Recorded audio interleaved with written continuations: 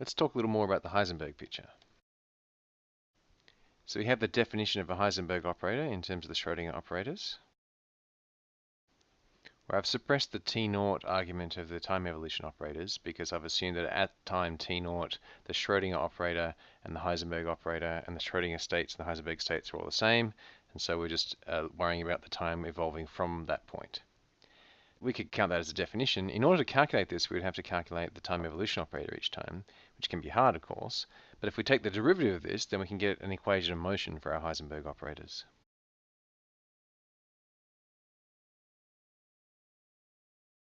And we calculated in the previous lecture what the derivative of the time evolution operator was. It turned out to be just minus I on h bar times the Hamiltonian. So we can do this term immediately. So how do we take the Hermitian conjugate of this to do it over here? Well, we have to get a plus I on h bar from that. We have to reverse the order of the operators, so we get a U dagger on the left, and we get an H dagger, but the Hamiltonian is Hermitian, so H dagger is just H. So all up we get... And again, we can use the trick that this time evolution operator is unitary, which means that the time evolution operator times its Hermitian conjugate is the identity. And so if we insert that in there, and if we insert that in there, and we can always insert the identity, then we're going to end up with a U dagger H U, and that's just going to be the Heisenberg operator. And we're going to end up with this U dagger AS U, and that's just going to be the Heisenberg operator by definition. And the same thing over here. We're going to end up with this Heisenberg operator and this Hamiltonian being the Heisenberg operator. And of course, this complex number can come out because ordering doesn't matter for the complex numbers. And then finally, we note that we've got something that looks like these operators in this order minus these operators in this order, and this is more normally written in terms of the commutator. Now typically this second term here is 0 because normally the operators we consider don't explicitly depend on time in the Schrödinger picture. So for example, we're usually used to things like momentum or position or the Hamiltonian and so forth, and they're all usually static. And so this term is usually 0, and so this commutator term is the most important term.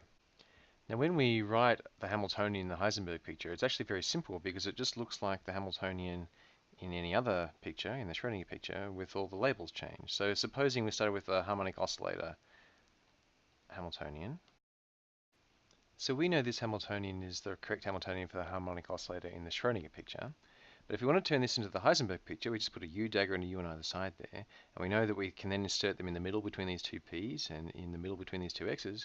And so all I have to do is add a little H to my Hamiltonian, a little H to my P's, a little H to my X's. And indeed, in general, all you have to do is relabel your operators.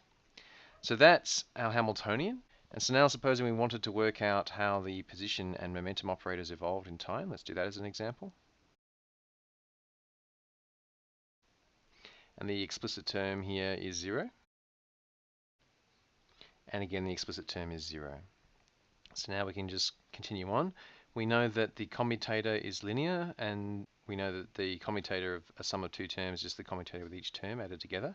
And the commutator of xh with xh squared is 0 because they commute. That's just x cubed minus x cubed. So we've just got this term left. And similarly, the term where we have the commutator of pH and pH squared is 0 because it's just pH cubed minus pH cubed. So we just have the other term. Furthermore, we can take out any complex numbers from either side of the commutator.